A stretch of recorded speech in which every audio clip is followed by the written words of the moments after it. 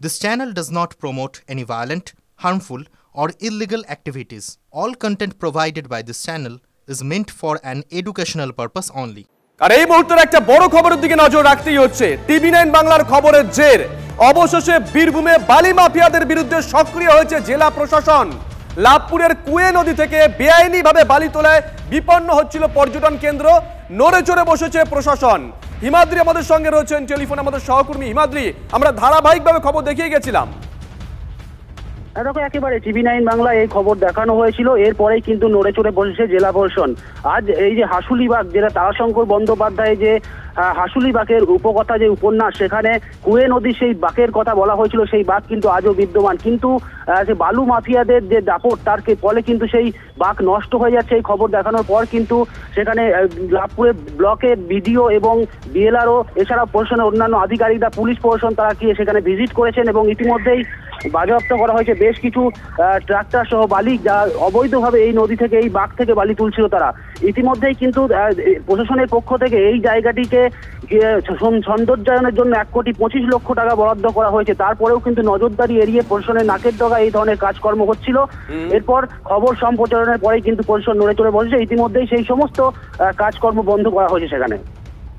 ধন্যবাদ হিমাদ্রি। দুর্নীতিগ্রস্ত দলীয় নেতাদের লেজ কাটার নিদান তৃণমূল বিধায়কের।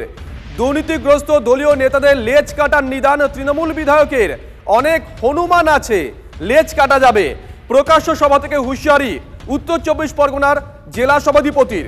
দলের সঙ্গে যারা বেইমানি করবে তাদের রেয়াত নয়। অভিষেক বন্দ্যোপাধ্যায়ের নাম করে হুঁশিয়ারি তৃণমূল বিধায়কের। তৃণমূলের মধ্যে যে ছোট সংখ্যক দুর্নীতিগ্রস্ত ধান্দাবাজ দালাল আছে, তার খবর মমতা ব্যানার্জির কাছে পৌঁছে দেব। তাদের দল রেয়াত করবে না। আর 1 মাস অভিষেক বন্দ্যোপাধ্যায় দায়িত্ব নিয়েছে, আর 1 মাস বহুত হনুমান জাম্বুমানের ল্যাজ কাটা যাবে, ল্যাজ কাটা যাবে। এই ল্যাজ কাটা বাদরের দল দেখবেন ঘুরবে। এই মুহূর্তে আমাদের সঙ্গে রয়েছেন বিজেপি নেতা জগন্নাথ চট্টোপাধ্যায়। জগন্নাথ বাবু, শুভজিৎ রয়েছে, আপনি তো পুরোটাই শুনলেন, কিভাবে দেখছেন বিষয়টা? তার মানে তৃণমূল যে দুর্নীতিগ্রস্তদের দল, সেটা আর আমাদের বলতে হবে না, আমরা যারা বিরোধী রাজনীতি করি।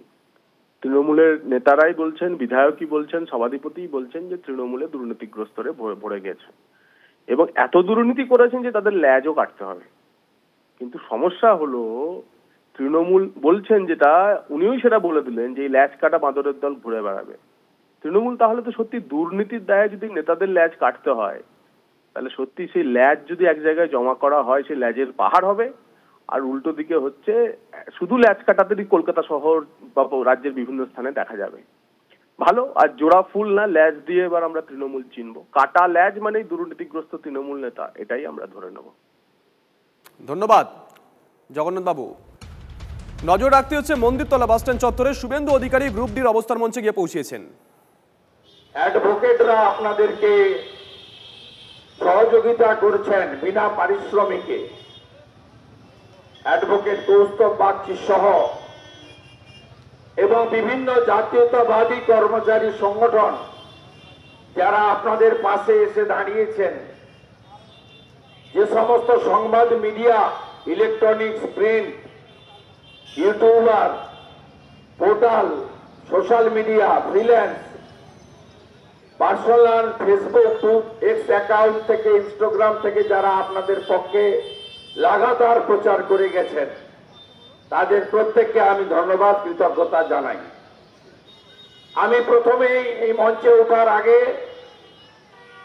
আপনাদেরকে আমি প্রণাম জানিয়েছি, বয়সের জন্য নয়। আপনাদের যে ধৈর্য অবিচল থেকে,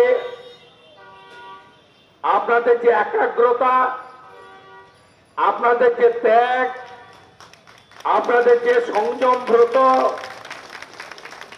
আপনাদের যে লড়াই, এই লড়াইকে আমি নতমস্তকে, আপনাদের থেকে বয়সে বড় হলেও আমি আপনাদেরকে প্রথমেই প্রণাম নিবেদন করেছি। এই 200 ধর্নায় অবস্থানকারী সত্যাগ্রহীদের সকলের নাম বলতে গেলে অনেকটা সময় যাবে।